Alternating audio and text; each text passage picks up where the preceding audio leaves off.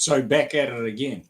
So in this one, I'm going to get into, I think it's very great that I've done the previous video where I've gone into some of the basics of the unescapable codependency and how I believe that most people, obviously, especially in China and places that they've already admitted that they're using such systems, but even worldwide, they're using such systems. And a lot of people, because they haven't really been faced and clashed and grinded, to lose their homes, to lose their parents, to lose everything, not because they consume too many drugs or alcoholic, like for real, because I know people that are functioning alcoholics,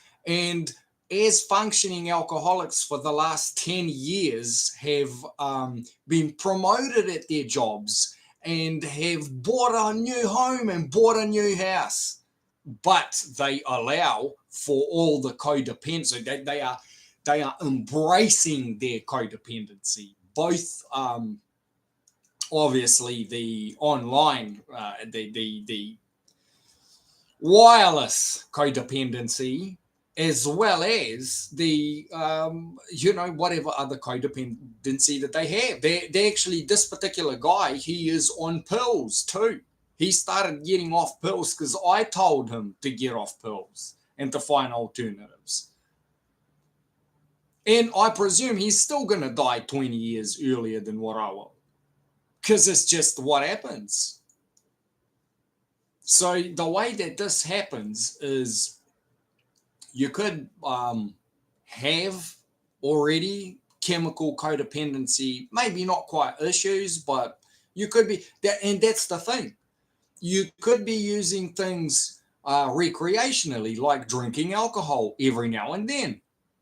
But because you already covertly, so as in you've got no clue that you are codependent, meaning is connected to you, you just don't know about it. The monitoring system that is being run by malignant narcissists, they could be fully blown drug addicts and be on prescription pills and be drinking alcohol more than what you do and all of that shit. But it doesn't matter because they are covert. They are the ones, they have full privacy.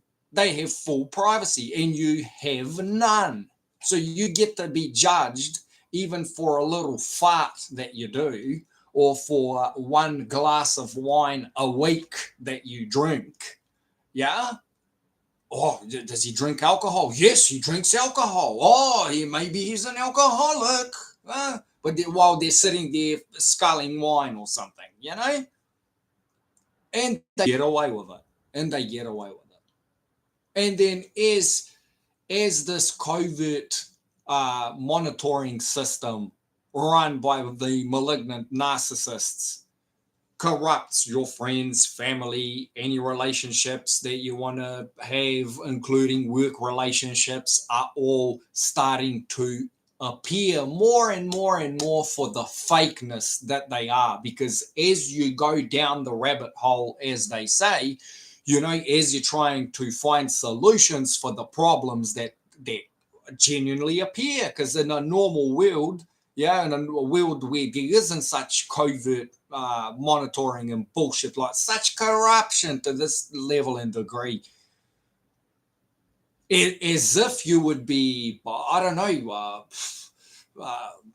some sort of major figure or something, right? Like if the likes of Snowden or something experiences shit like this, well, yeah, maybe it makes sense.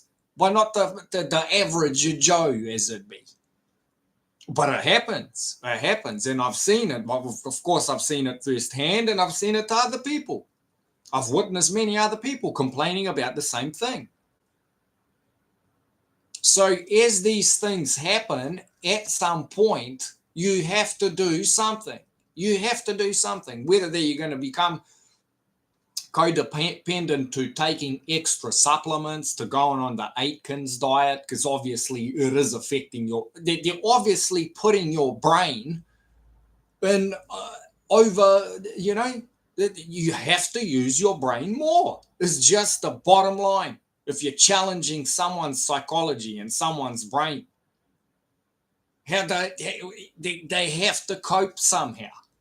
If you put a turbo on an engine, you're going to have to compensate with extra fuel, right? It's going to have to get extra fuel, otherwise it blows up. That's the same as the brain. You start doing gang stalking and monitoring and shit, well, that person's going to have to overcome that somehow. You corrupt their relationships and get everyone to echo chamber to repeat all the crap that they've been informed about that person's life. So basically you rip all the intimacy and all the privacy and spit it out into the public for the public to then echo chamber it back into that person. They're going to have to use some form of relief. Yeah, whether they drink and then make a video and say like, yeah, stuffed, for doing this sort of bullshit or whatever it is, but it has to come out somehow. You have to get through it.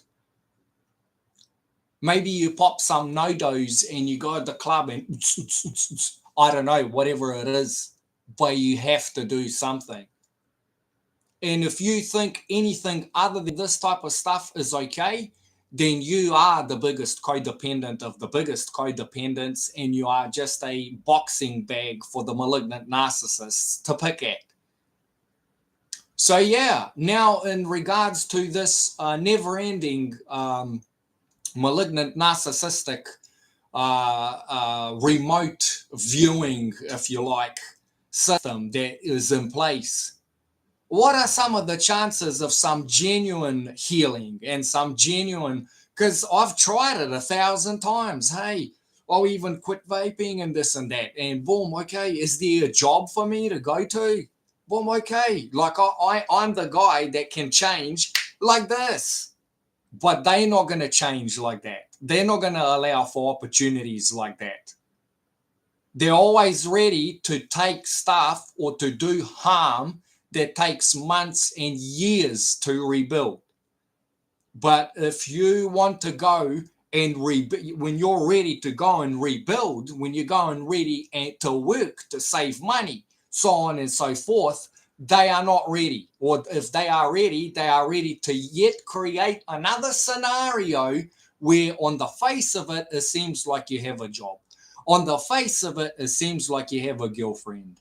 But as a matter of fact, it's all a narcissistic shit show for them to get more entertainment and to try to create more codependency and any other mental health issues in you. And I have here probably half of this city is willing to confirm this because they've all been faced with this, specifically the locals. They've been living here for a long time, and in Australia, and I presume some places in Europe as well. At what point are we all going to, not all, at what point are the malignant narcissists behind this transmission and behind it all going to admit that this is what's happening and that they've stuffed up?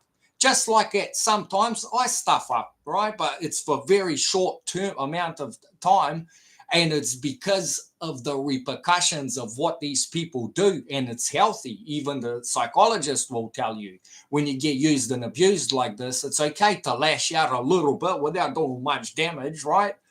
I don't know how you see the lefties, they going, scream at the sky or whatever, huh? That's where it's at with these things. When are the malignant narcissists, they've been propping up these systems for all these years, when are they going to admit, nah, you know what, maybe we need to switch this off and let these people live their lives, huh?